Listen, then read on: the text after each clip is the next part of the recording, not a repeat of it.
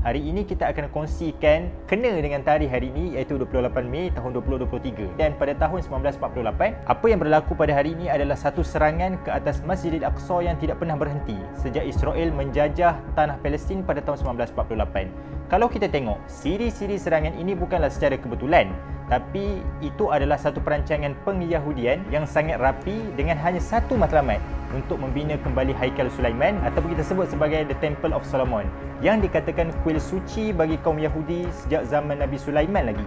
Lagi teruk, mereka menganggap bahawa tapak Masjidil Aqsa adalah tapak Haikal Sulaiman yang telah dirobohkan. Serangan untuk menghancurkan Masjidil Aqsa kembali bergema dan ini pastinya mendapat reaksi yang pelbagai dari seluruh masyarakat dunia. Poster dan juga video propaganda telah mula menular untuk memprovokasi dan memancing kemarahan umat Islam.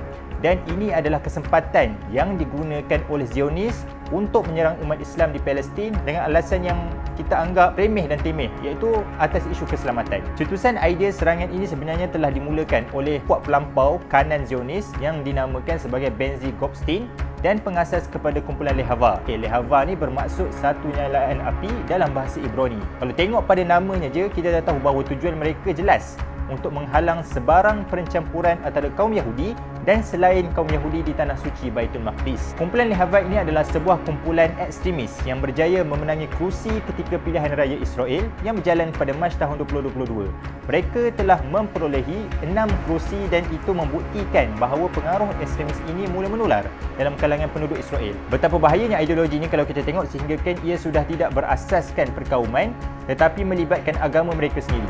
Orang Yahudi ini yang dilihat menggunakan pendekatan lembut terhadap mereka yang berbangsa selain Yahudi, dianggap telah keluar daripada Yahudi dan agamanya. Mereka lah sebenarnya menjadi petualang kepada semangat resis yang menjadi sebahagian anutan Israel untuk memastikan orang Arab di Palestin ini perlu dihalau dan dibunuh kerana ia halal bagi mereka. Agama kita tidak pernah mengajar kita untuk bersikap ekstremis walaupun terhadap mereka yang bukan beragama Islam.